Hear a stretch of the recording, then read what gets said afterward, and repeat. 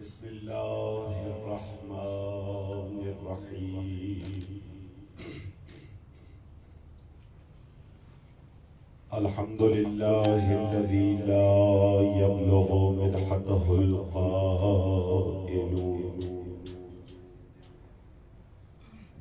ولا يحصي نعماءه العادون ولا يؤدي حقه المجتهدون الذي لا يدركه بعد الهمم ولا يناله غوص الفتن الذي ليس لصفته حد محدود ولا نعت موجود ولا وقت معدود ولا أجل ممدود فطر الخلائق بقدرته ونشر الرياح برحمته وأتأدى بالصخور ميدان أرضه ثم الصلاة والسلام على سيدنا ونبينا وشفيع ذنوبنا وطبيب قلوبنا ومولانا أبي القاسم محمد اللهم صل على محمد وعلي وأهل بيته الطيبين الطاهرين المعصومين المظلومين الذين أذهب الله عنهم الرجس وطهرهم تطهيرا.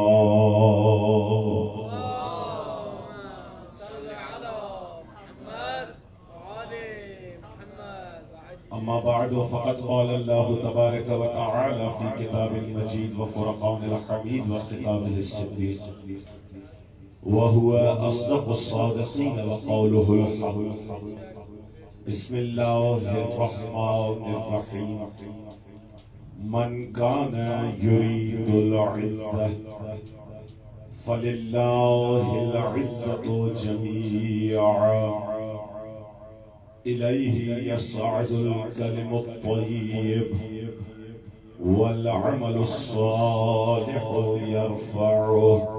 صلوات محمد وآل محمد.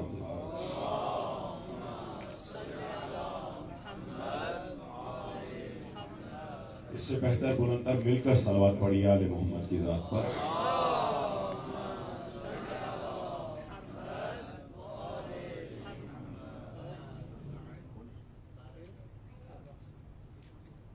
ایک بار اور صلوات پڑھ دیجئے آل محمد کی ذات پر.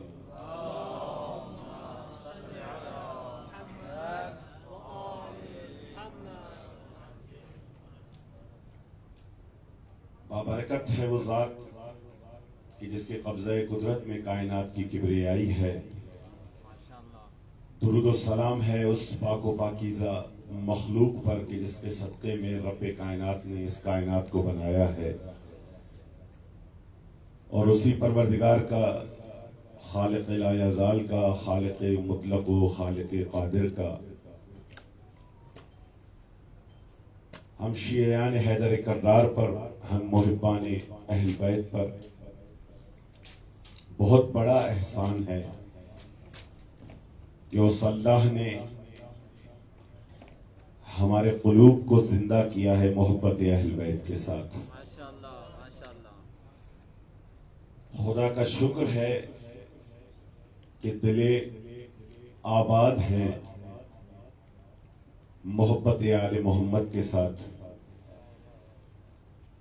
یہ جو کائنات میں ہر جگہ ہر طرف حسین حسین نظر آ رہا ہے، یہ علامت ہے کہ وہ قلوب زندہ ہیں.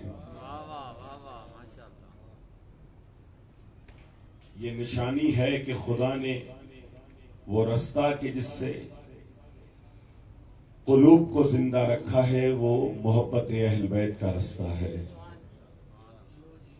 جہاں حیات ہوتی ہے وہاں احساس ہوتا ہے. آج بھی ہمیں یہ نظر آتا ہے کہ کہیں پر بھی اگر ظلم ہوتا ہے تو حساسیت کی اگر انگڑائی کہیں سے اٹھتی ہے تو وہ حسینیت ہے. یہ حیات کی نشانی ہے یہ حیات کی علامت ہے کیونکہ قلوب ذکر حسین سے زندہ ہیں. ایک صلوات پڑھ دیجئے آل محمد کی ذات.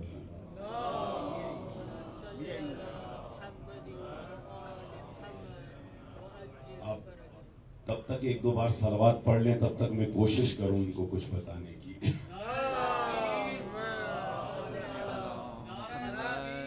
اللہ اکبر. یا رسول اللہ، یا رسول اللہ، یا علی، یا علی. اللہم صلی علی محمد وآل محمد وعجل فرجهم. اللہم صلی علی محمد وآل محمد. خدا کی جانب سے زبان بھی ایک بہت بڑی نعمت ہے. اگر زبان پر آپ قادر نہیں ہوں گے تو آپ اپنی بات کسی کو سمجھا نہیں سکتے ہیں. پہلے دن سے مسلسل کوشش ہو رہی ہے، نہ میں اس کو سمجھا پا رہا ہوں نہ وہ مجھے اپنی بات سمجھا پا رہا ہے.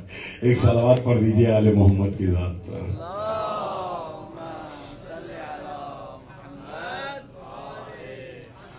یہ میری آخری کوشش تھی قبل اس کے کہ میری یہ رہی صحیح آواز یہ بھی بند ہو جائے، تو انشاءاللہ العزیز آج یہ سلسلہ کچھ ہو سکے کہ بہتر ہو جائے. اگر آپ کی توجہات ہیں میری طرف تو یہ سلسلہ آگے بڑھایا جائے.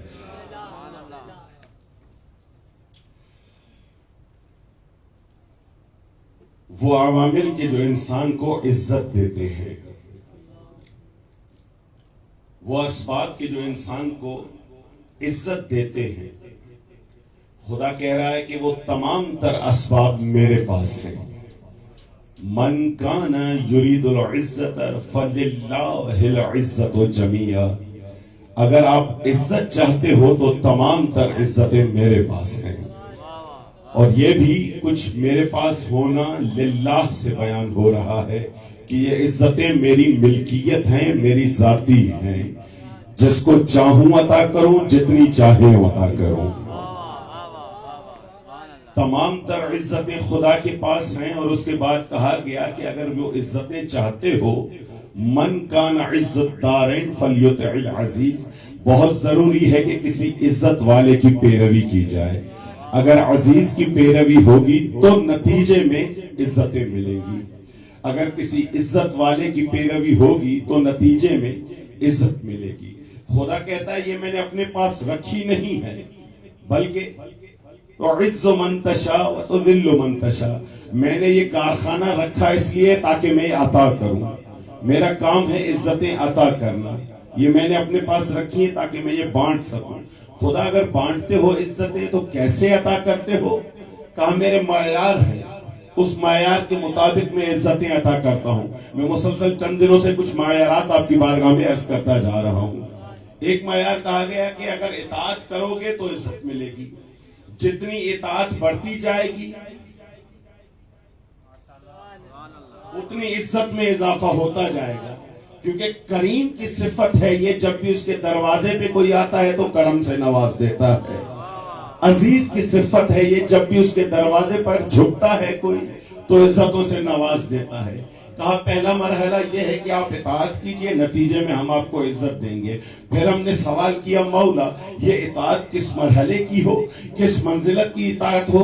کہا اگر تقوی کے مطابق اطاعت کریں تو تمام تر عزتیں تمہارے دروازے پر جھکتی ہوئی نظر آئیں گی. اگر تمہارے اندر میں تقوی ہے، اگر تمہارے وجود میں تقوی ہے، اطاعت اس مرحلے کی ہے کہ تقوی کے مرحلے پر پہنچ جائے تو امام فرما رہے ہیں کہ لا عزت اعز من التقوی.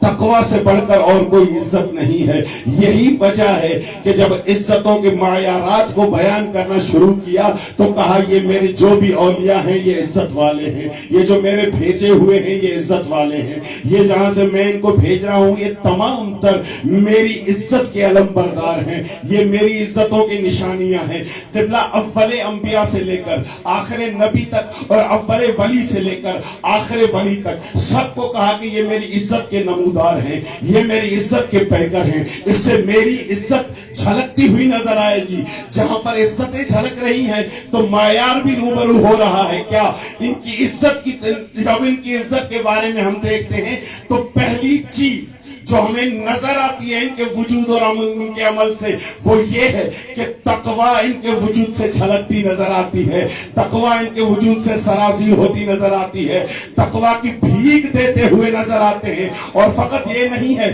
کہ ان سے تقویٰ سرزد ہو کر یہ متقی بنتے ہیں، نہیں، بلکہ یہ تقویٰ کا امام بن کر امام المتقین بھی نظر آتے ہیں۔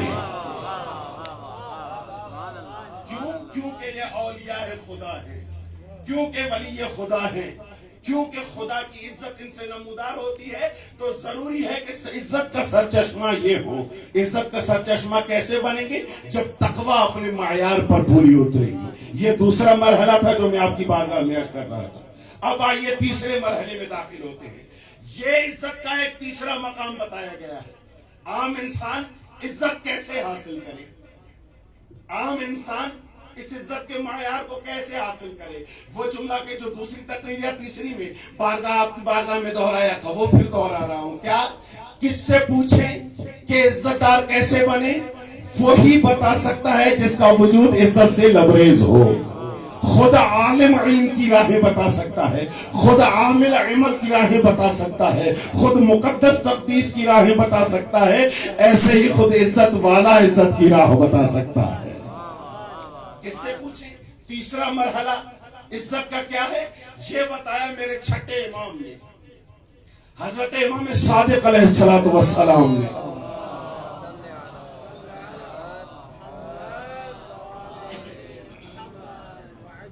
یہ طریقہ بتایا میرے چھٹے امام نے۔ عزت کا تیسرا مرحلہ، کیسے عزت حاصل کی جائے، عزت کیسے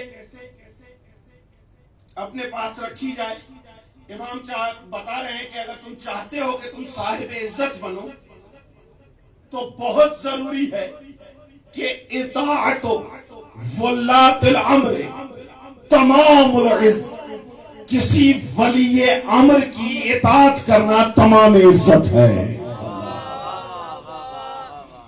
کسی بھی ولی امر کی، ولاۃ امر جو ہیں ان کی اطاعت کرنا تمام عزت ہے۔ جیسے ہی تم اطاعت ولی امر میں شامل ہو جاؤ گے عزت تمہارا مقدر ٹھہرے گی۔ جیسے ہی کسی ولی امر کی اطاعت میں داخل ہو جاؤ گے عزت تمہیں مل جائے گی۔ یہ خدا کا معیار کچھ ایسا ہے۔ اس چیز کو بیان کرنے کے لیے مجھے تھوڑے سے مقدمے کی ضرورت ہے، آپ سے میں توجہات کا طالب ہوں۔ یہ معیار کچھ ایسا ہے خدا کا، تو اگلے معیار نہیں ہے خدا کے پاس۔ چیز ایک ہوتی ہے، آپ کا اس چیز کے ساتھ سروکار کیسا ہے نتیجہ ویسا نکلے گا۔ معیار عزت ایک ہے، آپ اس کے ساتھ کیسا سروکار رکھتے ہیں، اس سروکار سے آپ فیصلہ کریں گے کہ صاحب عزت بننا ہے یا ذلیل ہونا ہے۔ یہ معیار خدا کے ہیں۔ ان معیارات میں سے ایک معیار ہے کہ اطاعت ولاۃ الامر، جو ولی امر ہیں ان کی اطاعت کیجیے۔ دو لفظ آ رہے ہیں یہاں پر، ایک ولی، ایک بولیں گے میرے ساتھ تھوڑا آپ، ایک ولی ایک امر۔ ولاۃ امر کی اطاعت عزتیں دیتی ہے۔ جب ولایت کا تذکرہ آتا ہے اس سے بھی عزت متصل ہے۔ جب امر کا تصور آتا ہے اس سے بھی عزت متصل ہے۔ نہ عزت ولی سے جدا ہے نہ امر سے جدا ہے۔ نہ عزت ولی سے جدا ہے نہ عزت امر سے جدا ہے۔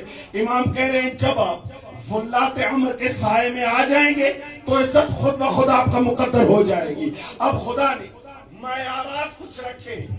جب ولی کی بات آتی ہے تو قرآن کہہ رہا ہے انما ولیکم اللہ ورسولہ والذین آمنوا الذین یقیمون الصلاۃ ویؤتون الزکاۃ وہم راکعون۔ اگر تم ولایت کی بات کرتے ہو تو ولایت منحصر ہے مجھ میں،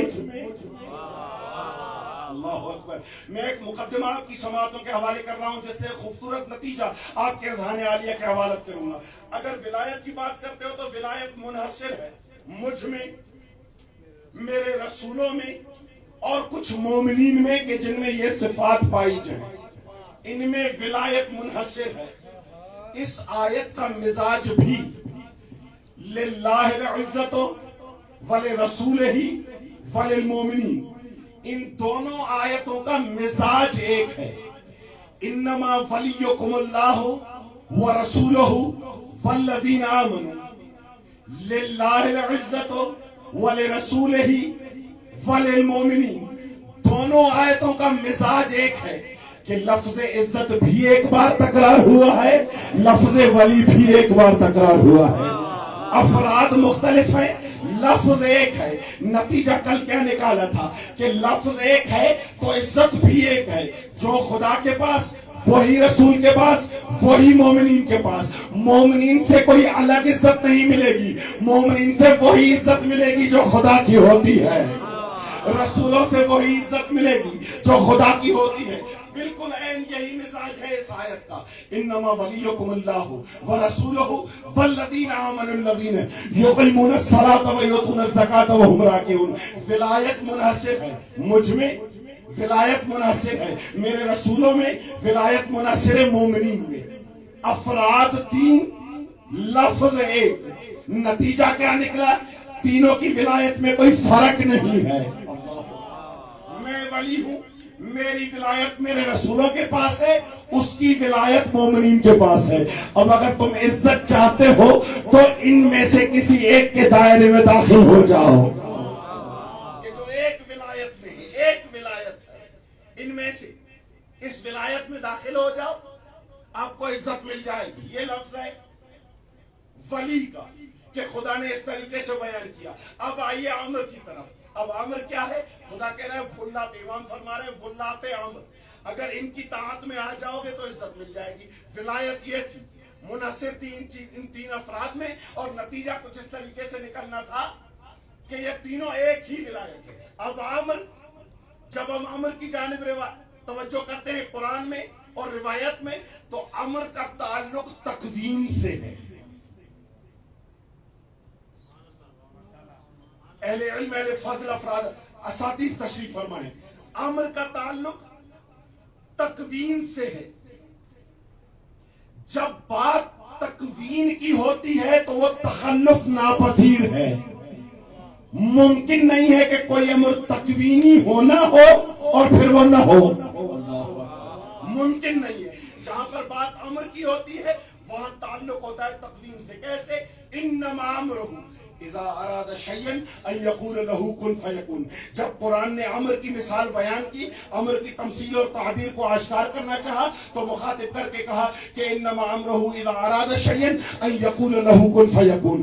میرا امر یہ ہے کہ جس کی دخالت تقوینیات میں ہے، جس کی دخالت کون و خلقت میں ہے، اور اس کا متعلق یہ ٹھہرتا ہے کہ اذا، جب بھی میں کسی چیز کا امر کرنا چاہتا ہوں تو انما امرہ اذا اراد شیئا ان یقول له کن فیکون. جب بھی میں کچھ کہتا ہوں ہو جا تو وہ نتیجے میں ہو جاتا ہے. یہاں پر کوئی دیر نہیں ہے، فقط کن کی ضرورت ہے، کیونکہ مرتبط ہے تکوین کے ساتھ.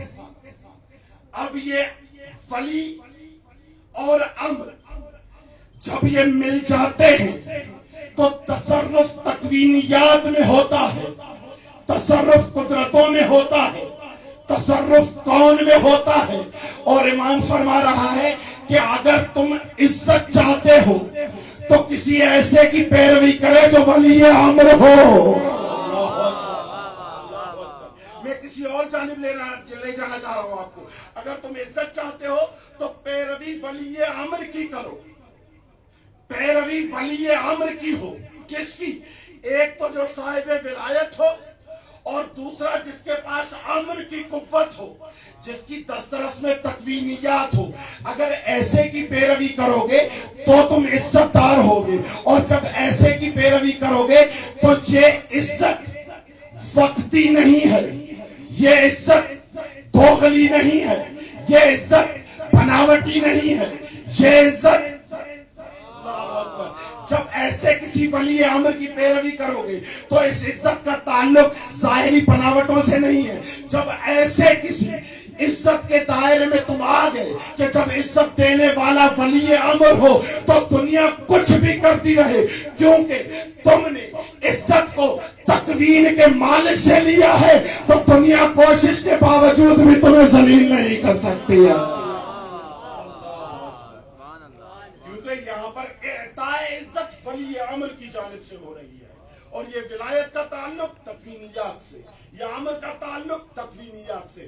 یہی تو وجہ ہے کہ قرآن میں جہاں پر انما ولیکم اللہ کا امر آیا, وہیں پر دوسری جگہ پر یہ آیا کہ تم اطاعت کرو, اطیعوا اللہ واطیعوا الرسول واولی الامر منکم.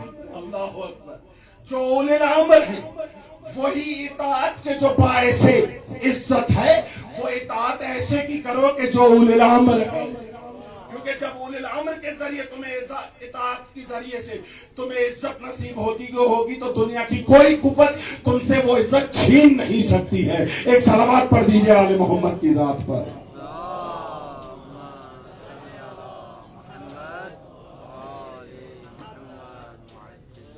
تو خدا نے معیارات کچھ اس طریقے سے بنائے ہیں.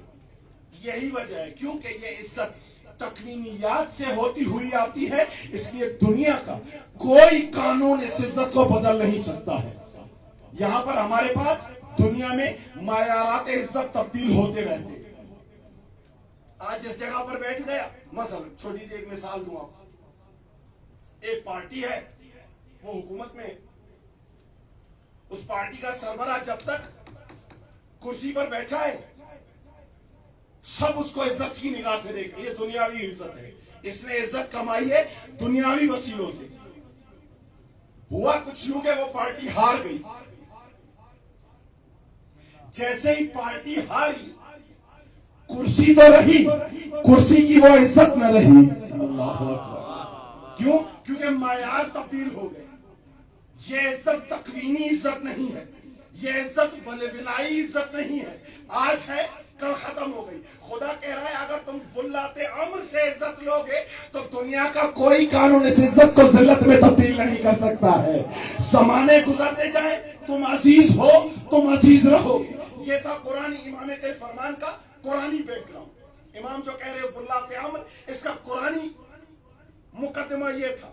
ولایت کا تعلق تصرف تکوینی سے, امر کا تعلق تصرف تکوینی سے. جب یہ دونوں چیزیں مل کر کسی کو عزت دیتی ہیں تو اب اس عزت کو دنیا ذلت میں تبدیل نہیں کر سکتی ہے, کیونکہ یہ عزت تکوینی عزت ہے, کیونکہ یہ عزت امر کی عزت ہے. اب آئیے, خدا نے جو معیارات بنائے ہیں عزت کے خدا کی طرف سے, وہ ہیں ہی کچھ ایسے, اس میں کسی رد و بدل کی گنجائش نہیں ہے. ایک معیار جو خدا نے بنایا ہے عزت کا وہ ہے توحید. یہ مقدمہ ذہن میں رکھیے گا کہ امام فرما رہے ہیں ولات امر کی اطاعت کریں تو آپ کو عزت مل جائے. ایک معیار خدا نے بنایا ہے توحید کا, یہ معیار عزت ہے. جب تک اس توحید کے سائے میں رہو گے صاحب عزت ہو. یہ عزت کا معیار ایک توحید ہے. اور میرا امیر کائنات حضرت علی ابن ابی طالب علیہ السلام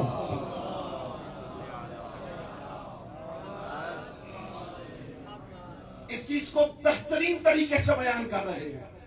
توحید معیار عزت ہے اور یہ کبھی نہیں بدلتا. اول آدم سے لے کر آخر انسان تک معیار عزت کا اگر توحید ہے تو وہ رہنا ہے. جو بھی توحید کے سائے میں ہے وہ عزیز ہے. اس کو میں تکوینی اعتبار سے بھی آپ کی بارگاہ میں عرض کر رہا ہوں.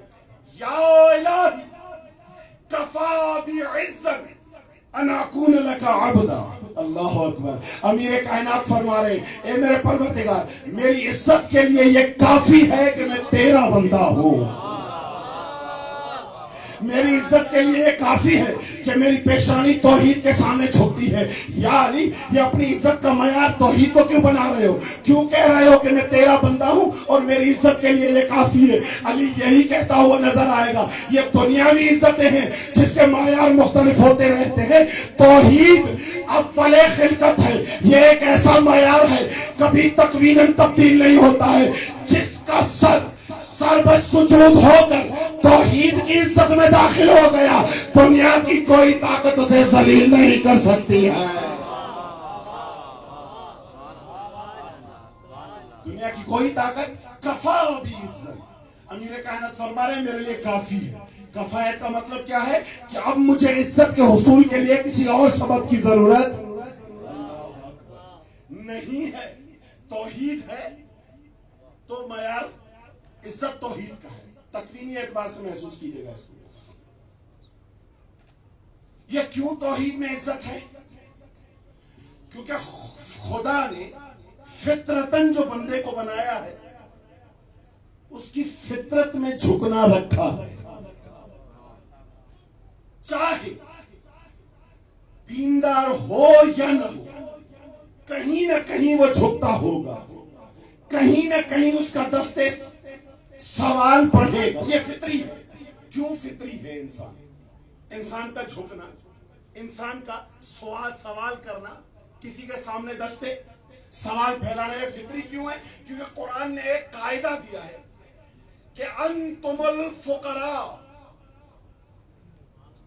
تم سب کے سب فقیر ہو، فقر تمہارا ذاتی ہے، ممکن نہیں ہے کہ تم بے نیاز ہو جاؤ، چاہے تم خدا کو مانو یا نہ مانو، چاہے تم درے توحید پہ جھکو یا نہ جھکو، یہ فقر تمہارا فطری ہے، یہ حاجتیں تمہاری فطری ہیں، یہ تم نے کرنی ہے۔ اب خدا نے معیار جو عزت کا رکھا ہے وہ یہ ہے کہ مانگنا تمہاری فطرت ہے، لیکن عزت دار تب بنو گے جب مانگو اس سے جو حقیقی طور پر غنی ہو۔ اللہ اکبر۔ خدا کہہ رہا ہے میں نے تمہیں فقیر خلق کیا ہے، لیکن میں تمہاری عزت نفس کو بھی مجروح نہیں کرنا چاہتا۔ اگرچہ میں نے تمہیں خلق ایسا کیا ہے کہ تم مانگو گے ضرور، کیونکہ انتم الفقراء، فقر تمہاری ذات میں ہے، یہ محتاجی تمہاری ذات میں ہے، لیکن میں خدا یہ بھی نہیں چاہتا ہوں کہ تم ہر دروازے پر جاؤ اور جا کر مانگو۔ میں خدا یہ بھی نہیں چاہتا ہوں کہ تم ہر دروازے پر جا کر تم سر جھکا کر ہاتھ پھیلاؤ۔ انتم الفقراء وہو الغنی الحمید، تم فقیر ہو، غنی فقط میں ہوں۔ اگر تم اپنے اسی فقر کو عزت میں تبدیل کرنا چاہتے ہو تو جھکو صرف اس جگہ پر جہاں پر حقیقی بے نیازی پائے گا۔ وہ کہاں ہے؟ جہاں ایک صلوات پڑھ دیجیے آل محمد کی ذات پر۔ اس سے بہتر بلندر صلوات پڑھ سکتے ہیں آپ۔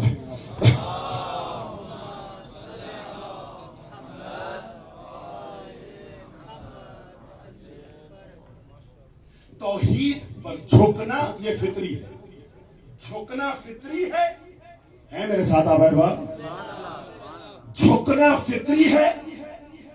توحید کے دروازے پر جھکنا یہ عزت دیتا ہے۔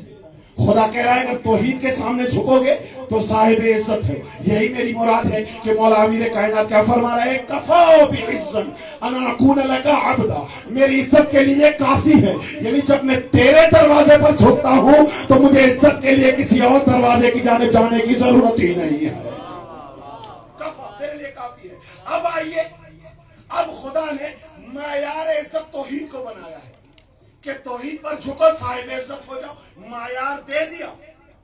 فطرت میں فقر رکھا ہے اور عزت کا معیار دے دیا۔ اب اگر عزت چاہتے ہو تو توحید کے سامنے جھکو، لیکن اگر کوئی نہ جھکا توحید کے سامنے، اللہ اکبر، نتیجہ آپ کے ہاتھوں میں رہے گا، کیونکہ تمہاری فطرت میں فقر ہے۔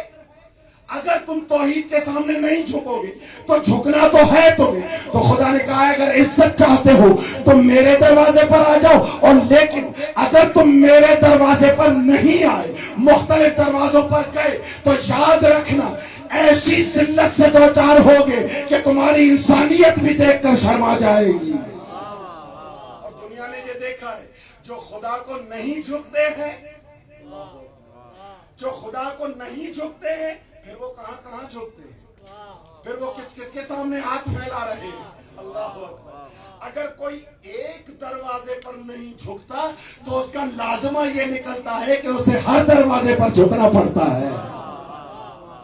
اگر ایک حقیقی دروازے پر سائل کی طرح نہیں، حقیقی دروازہ میں نے کہا وہ ذات کہ جس کی بے نیازی ذاتی ہے، اگر اس کے سامنے آ گئے اپنے فقر کی وجہ سے تو پھر کسی اور دروازے پر جانے کی ضرورت نہیں ہے۔ وہ تمہیں ایسا مالا مال کر دے گا کہ حدیث قدسی کے مطابق اجعلک مثلی، جیسا میں بے نیاز ہوں ویسا تجھے بے نیاز کر دوں۔ ایک معیار توحید، اور وہ رسی انسان کے ہاتھ میں دے دی کہ میں نے تجھے اختیار دے دیا ہے، توحید کے سائے میں آئے گا تو عزیز، اور اگر توحید کے سائے سے ہٹا تو ذلیل۔ اگر ابدیت اختیار کی تو عزیز، اگر ابدیت اختیار نہیں کی تو ذلیل۔ دوسرا معیار للہ العزت وللرسول ہے۔ میرے ساتھ آپ احباب اگر ہیں تو ایک جاتی ہوئی صلوات پڑھیے آل محمد کی ذات۔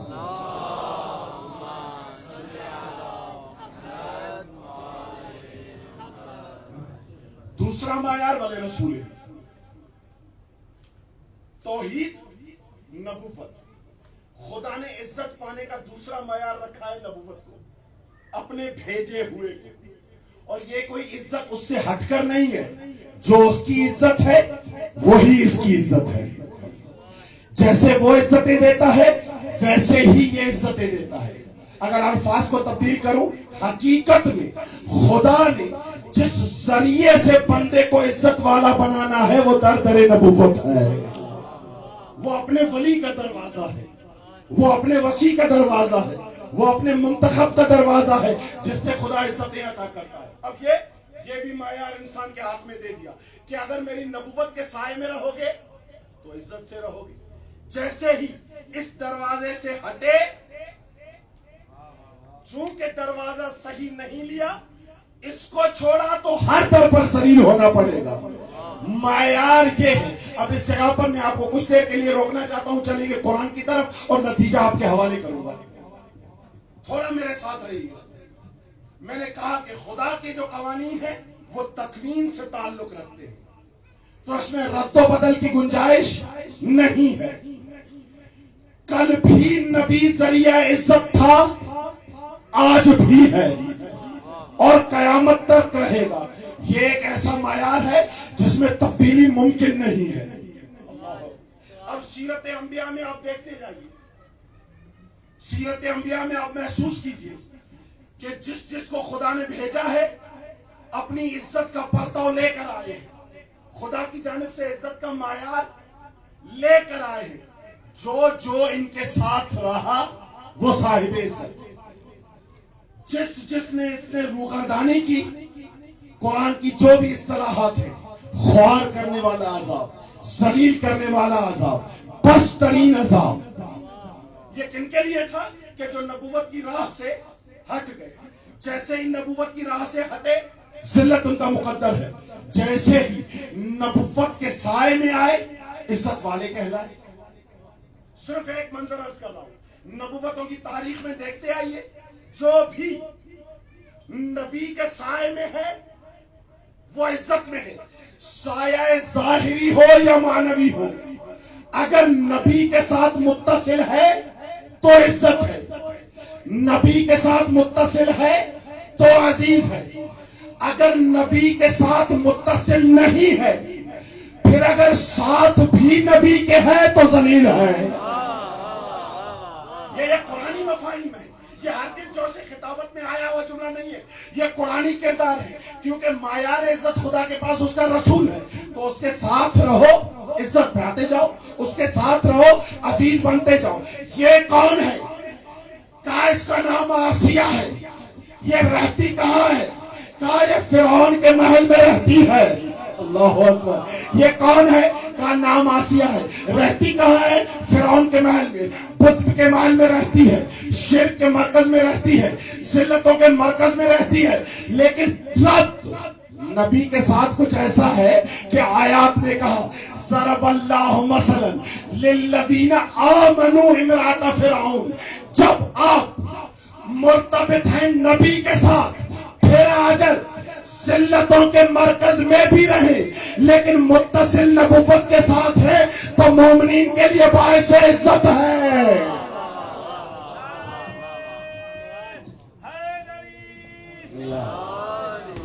ایک جاتی ہوئی صلوات پڑھی آل محمد کی ذات.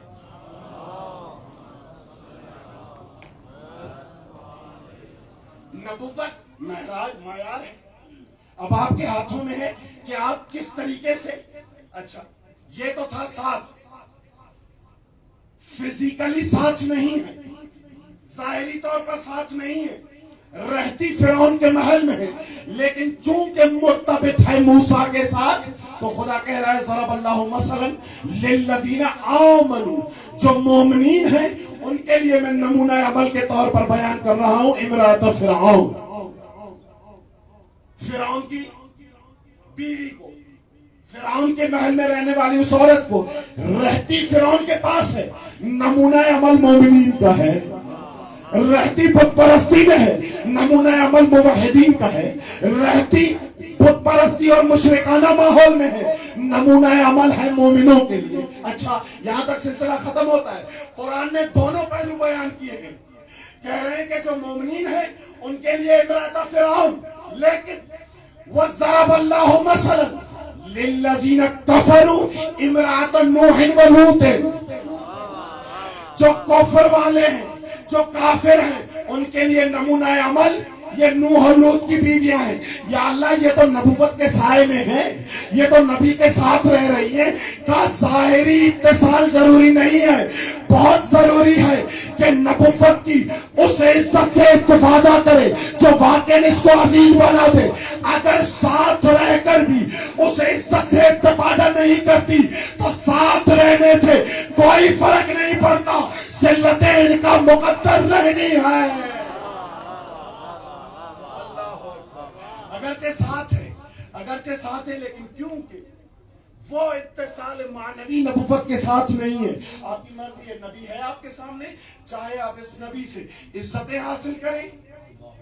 ایک بہت ہی پیچیدہ اور مشکل جملہ آپ کی بارگاہ میں عرض کرنے جا رہا ہوں, لیکن حقیقت ہے.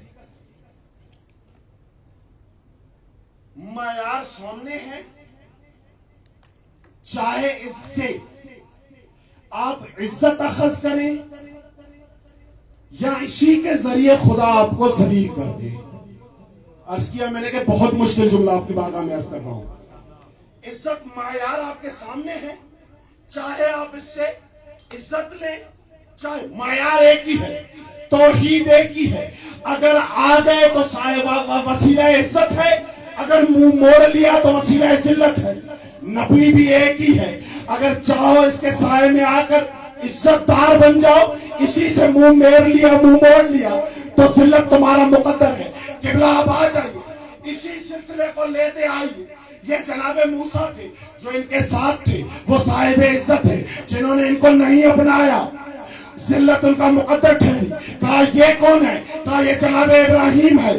جو اس کے ساتھ رہا عزتیں ان کا مقدر رہی, اور جو نمرود کی طرح اس کے مخالف ہوا, اس کی عزتوں سے دور رہا, تو خدا نے کہا اسی ابراہیم کے ذریعے میں تجھے ذلیل کروں گا. معیار ایک ہی ہے, عزت اسی سے مل رہی ہے, ذلت اس سے روگردانی کا سبب ہے.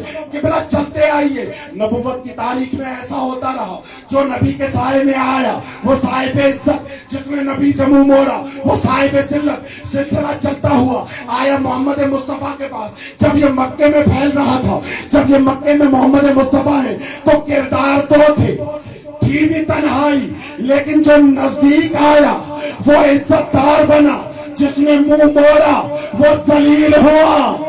جو بھی محمد کے سائے میں آیا وہ عزت دار, جس نے منہ موڑا وہ ذلیل ہوا. اب تمہارے ہاتھ میں ہے, چاہے نگاہ ابو لہبی رکھو یا نگاہ ابو طالبی رکھو. یہ معیار ایک ہی ٹھہرے گا, معیار ایک ہی ٹھہرے گا. چاہو گے تو ابو لہب کا, جائے گا تو ابو طالب کا، جس کا چاہو کردار اپنا لو، نتیجہ تمہارے ہاتھوں میں، معیار میرا نبی ایک ہی رہے گا۔ اچھا تو یہ کیا ہے؟ کیا یہ مدینے کی سرزمین ہے؟ یہ مدینے کی سرزمین ہے، جو بھی اس کے نزدیک آتا جائے گا وہ عزت کا مالک ہوتا جائے گا، خدا اس کو عزت عطا کرتا رہے گا، اور جو بھی اس کے مخالف رہا ذلت اس کا مقدر ہوگی۔ عزت دینے والی ذات بھی رسول کی اور ذلت مقدر بنانے والی ذات بھی رسول کی۔ اگر اس سے متصل رہے تو عزتیں، اگر اس سے دور رہے تو ذلتیں۔ سلسلہ نبوت ختم ہوا، سلسلہ ولایت شروع ہوا کہ جو عزت کا ایک اور معیار تھا جس کے ساتھ متصل رہنے پر عزتیں ملتی ہیں، اب آ گئے علی، ممبر پر بیٹھے علی، معیار ایک ہی علی ہے۔ اگر عزتیں چاہتے ہو تو بھی یہی معیار، اگر ذلتیں چاہتے ہو تو بھی یہی معیار، اگر چاہتے ہو عزتیں پانا چاہتے ہو تو سلمان کی طرف آ جاؤ، ذلیل ہونا چاہتے ہو تو مروان کی طرف چلے جاؤ۔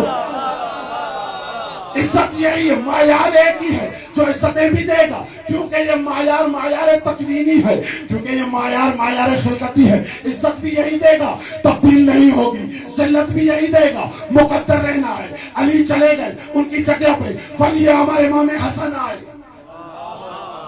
ولی امر، کیونکہ یہ آن لائن جا رہا ہے، بہت ساری چیزیں ہیں جس کو صرف اشاروں میں بیان کروں گا، اور آپ کی تصورات اور آپ کی علمیات پر اعتماد کرتے ہوئے ان کی وضاحت کی ضرورت نہیں ہے۔ معیار ایک ہے، اور یہ ذہن میں رہے کہ معیار تکوینی ہے، اس میں کسی رد و بدل کی گنجائش نہیں ہے۔ تمہاری مرضی ہے، متصل ہو کے عزیز ہو جاؤ یا منفصل ہو کے ذلیل ہو جاؤ، یہ تمہاری مرضی ہے۔ چاہے قلب اس کے حوالے کر کے عزت والے ہو جاؤ یا چل قلب اس سے منعرف کر کے ذلیل ہو جاؤ۔ قبلہ اب امام حسن کے بعد جب میدان کربلا کا سجا تو معیار عزت ایک ٹھہرا حسین۔ مرضی آپ کی ہے، چاہے حسین کے ساتھ رہ کے حبیب کی طرح صاحب عزت ہو جاؤ یا حسین سے ہٹ کر یزید کی طرح صاحب ذلت ہو جاؤ۔ اللہ اکبر،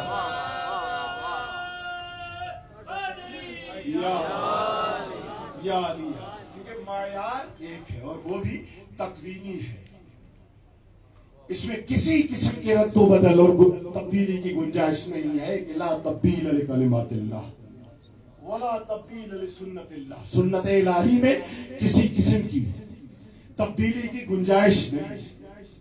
معیار نبوت ہے۔ بہت ضروری ہے کہ نبی کے ساتھ رہ کر آپ عزتیں پالیں۔ ابھی ایک جملہ کہہ رہا ہوں مقدمتاً، جس کی تشریح کل آپ کی بارگاہ میں عرض کروں گا۔ بہت ضروری ہے کہ نبی کے ساتھ ہو کر عزتیں حاصل کریں اور نبی کے ساتھ بھی پر وقت ہو جائے، بے وقت نہیں۔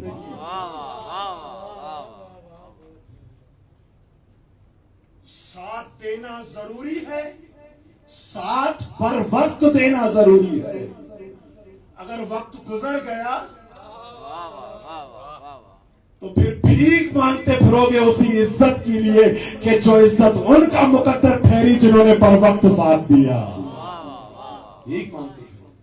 بہت ضروری ہے کہ اگر یہ عزت چاہتے ہو تو نبی کے ساتھ تب رہو جب نبی چاہتے ہیں۔ وقت شناس بن کے مدد کرو تاکہ نتیجے میں عزت ہو۔ اور اس کے دونوں قرآنی کیریکٹر، قرآنی رول میں آپ کی بارگاہ میں عرض کروں گا انشاءاللہ العزیز کا۔ بہت ضروری ہے کہ وقت پر، تاکہ وہ عزت تمہارا مقدر بن پائے۔ ڈرنا نہیں ہے، نبی کے ساتھ آنا ہے۔ عزت چاہتے ہو تو نبی کا ساتھ دو، ولی امر کا ساتھ دو، اولی الامر کا ساتھ دو تاکہ عزت تمہارا مقدر بنے۔ اور یہ عزت چونکہ تکوینی ہے تو اس کا اثر تمہاری موت و حیات پر نہیں پڑے گا۔ زندہ رہو گے تب بھی عزیز رہو گے، مر جاؤ گے تب بھی عزیز رہو گے۔ کیونکہ تکوینی امر ہے، کیونکہ تخلیقی امر ہے تو موت و حیات کا اس پر اثر نہیں پڑتا۔ دائمی عزت، دائمی، کوئی فرق نہیں پڑتا کہ زندہ ہو یا نہ ہو. ایک اور جملہ آپ کی بارگاہ میں، کوئی فرق نہیں پڑتا کہ زندہ ہو یا نہ ہو، اگر عزت کی راہ میں مر گئے ہو تو خدا کا یہ وعدہ ہے کہ آنے والی زندہ نسلیں تم سے زندگی کی بھیک مانگتی ہوئی نظر آئیں گی. کیوں؟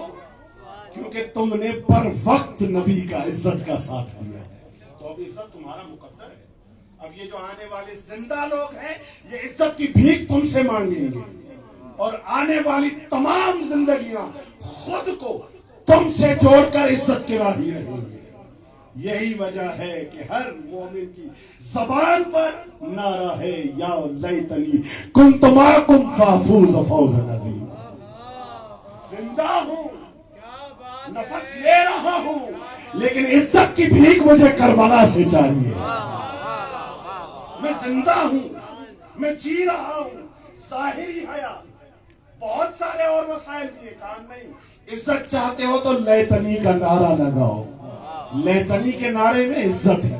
تمہارے ساتھ ملا دوں گا اور ایسی لازوال عزت کے مالک ہو جاؤ گے تم کہ زندگیاں گزرتی رہیں گی، تم سے عزت طلب کی جائے گی. کربلا کے نزدیک ہونے والا ہے حسین.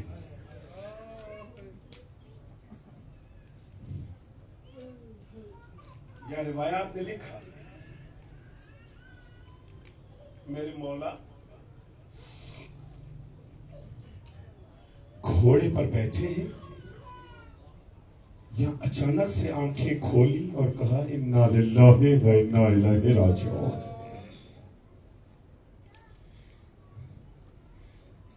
ساتھ ساتھ چل رہے ہیں کون؟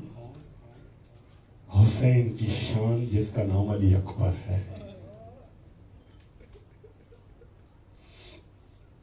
بابا یہ اچانک کلمہ استرجاع، یہ اچانک نعرہ انا للہ. کہا بیٹا اکبر بات یہ ہے کہ ابھی ابھی مجھے ایک ہاتف غیبی سے صدا آئی کہ یہ لوگ آگے آگے جا رہے ہیں، موت ان کے پیچھے پیچھے آ رہی. جیسے یہ جملہ سنا سلسلہ کلام کو ذہن میں رکھیے اور شہزادے کا جملہ سنیے. بابا اولسنا علی الحق، بابا کیا ہم حق پر نہیں ہیں؟ کیا پر ہم حق پر نہیں ہیں؟ مولا نے کہا ہاں بیٹا ہم حق پر ہیں. جیسے ہی یہ جملہ سنا مخاطب کر کے کہا بابا فقط نا لبالی بالموت، اگر اب ہم حق پر ہیں تو اس سے کوئی فرق نہیں پڑتا کہ ہم زندہ رہیں یا مر جائیں. کوئی پرواہ نہیں ہے. حق پہ ہونے کے بعد زندگی اور موت کوئی فرق نہیں رکھتی. یہ بیٹا ہے حسین کا.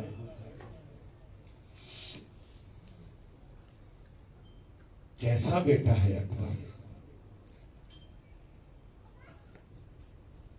روایات میں ہے کہ کبھی مدینے میں رسول اکرم کے بعد لوگ آتے تھے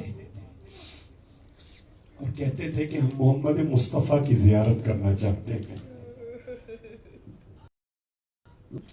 تو مدینے والے لے آتے تھے حسین کے دروازے پر. مولا پوچھتے تھے کیا ہوا؟ کہا مولا یہ رسول کریم کی زیارت کرنا چاہتے ہیں. حسین اندر جاتے تھے اور علی اکبر کو لے آتے تھے.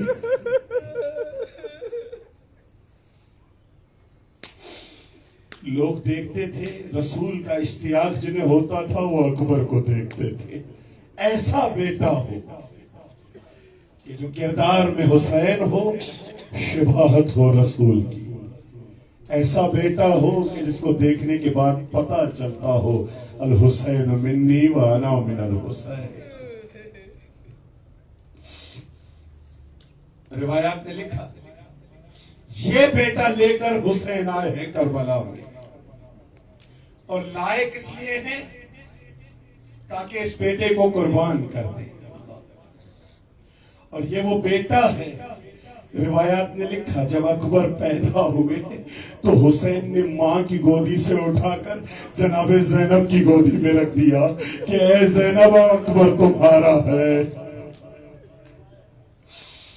زینب اکبر اب تمہارا ہے. یہی وجہ ہے کہ روایت نے لکھا ہے کربلا کے میدان میں وہ سخت ترین ودا کہ جس وقت جانے کے وقت بیویوں کے خیام میں کوہرام بپا تھا، اس ودا میں سے ایک ودا اکبر کا ہے کہ جب وہ ودا ہوئے ہیں تو بیویوں کے خیام میں کوہرام ہے. ذرا سنیے گا کہ کیوں؟ کیونکہ جب بھی کوئی شہزادہ جاتا تھا اپنی ماں سے ودا کے لیے کسی ایک خیمے میں جاتا تھا.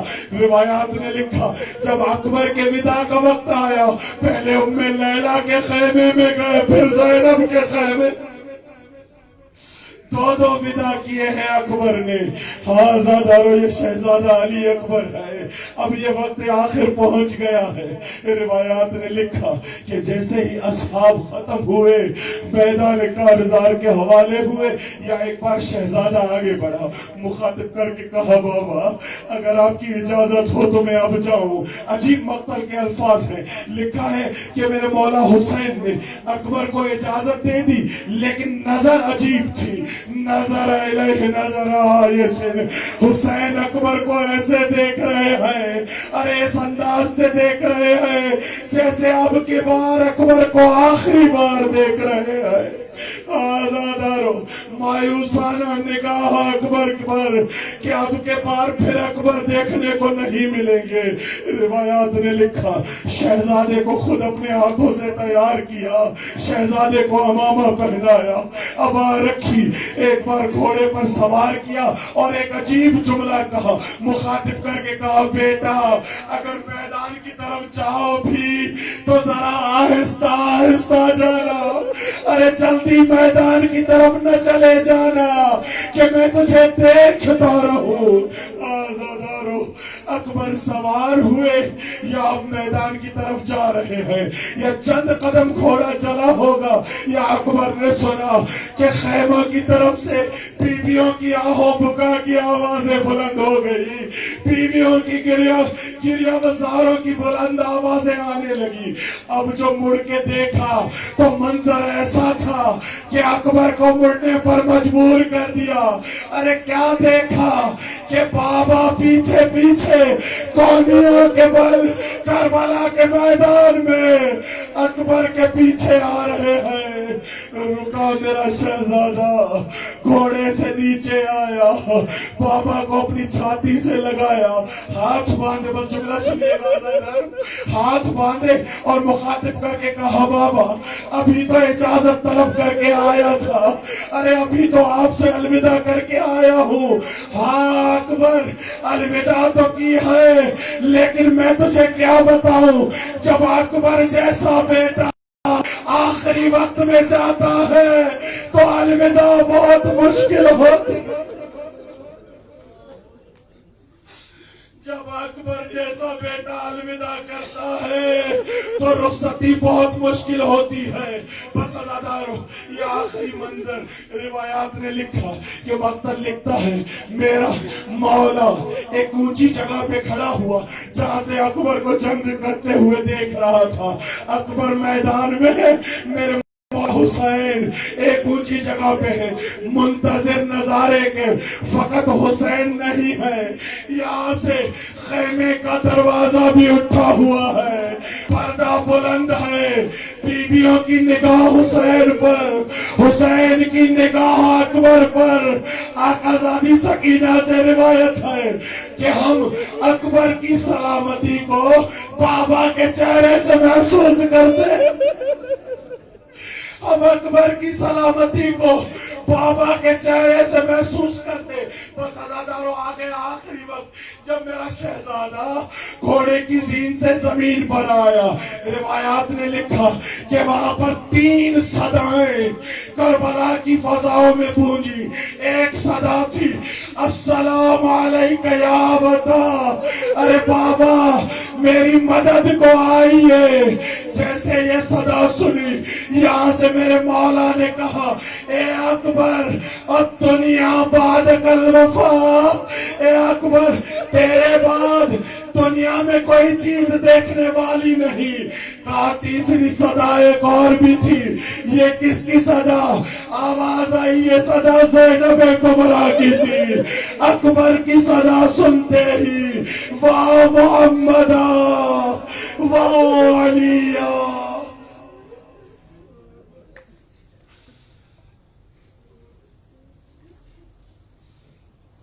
الا لعنت اللہ علی القوم الظالمین سیعلم الذین ظلموا ای منقلب ینقلبون. ماتم حسین